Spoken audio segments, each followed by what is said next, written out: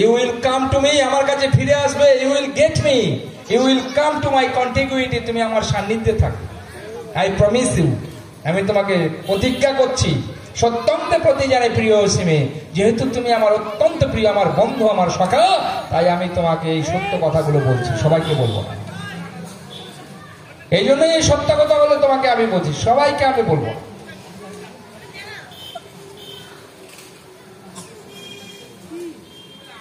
সুখ লাভের প্রচেষ্টা, এই পৃথিবীটা দুঃখ দিয়ে গড়া, সুখ পাবেন কি করে?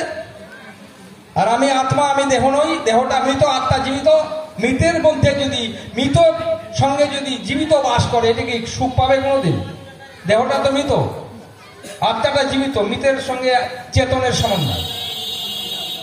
ডেড বডির সঙ্গে যদি শুয়ে রাখতে বলা হয়, কাউকে থাকতে পারবে? হ্যাঁ, আমার এক বাড়িতে আমার মামিমার সম্পর্ক হবে, মামা মারা গেছে অ্যাক্সিডেন্ট হয়ে, বয়স বেশি হয়নি, তো খুব কান্নাকাটি। মামিকে মানে মামার ওই শরীর থেকে মানে পা দুটা যে জড়িয়ে ধরেছে, ছাড়াতে পারছে না, শ্মশান ঘাটে নিয়ে যাওয়া যাচ্ছে না, বহু চেষ্টা করো। আমার এমন রাগ হয়ে গেল, আমি করলাম কি, যে ঘরে শুয়ে থাকতো মামা, ওই ঘরে সুন্দর একখানা বিছানা বানানো, বানা টানায় ওই ডেড বডিকে নিয়ে ওই বিছানায় শোয়া দিলাম, আর মামির একটা বালিশ দিলাম, আর মামিকে বললাম আজকে রাত্রে তুমি মামার কাছে শুয়ে থাকো। সঙ্গে সঙ্গে কান্না বন্ধ হয়ে গেছে, আর জড়িয়ে ধরছে না, কান্না বন্ধ হয়ে গেছে। কেন শুয়ে থাকতে পারবে না আজকে? তখন আরামসে ডেড বডি নিয়ে চলে গেলাম, বুঝতে পারলো। তখন একটা উন্মাদনা এসেছিল, আর সেটা সবার সকলেরই হয়, কিন্তু আমাদের তো বুঝতে হবে। গীতা 2:11 ধীর ব্যক্তির বর্ণনা করেছেন ভগবান। যারা ধীর ব্যক্তি, যারা পণ্ডিত ব্যক্তি, যারা জীবিত বা মৃত, কারোর জন্যই দুঃখ প্রকাশ করেন না। জানতে হবে আমাদের, এগুলো শুনতে হবে। হ্যাঁ,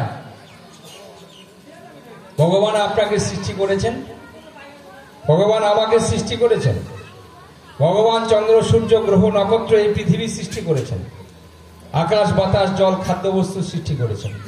ভগবান আপনাকে আমাকে এই পৃথিবীতে রেখেছেন।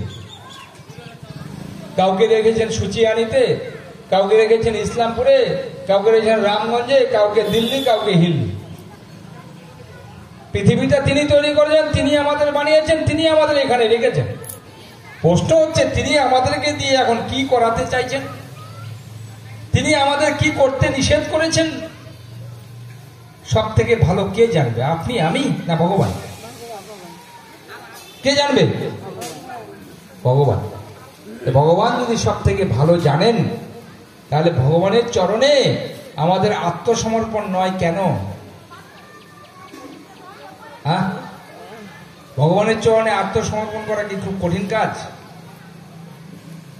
কঠিন কাজ নয়, ভেরি সিম্পল।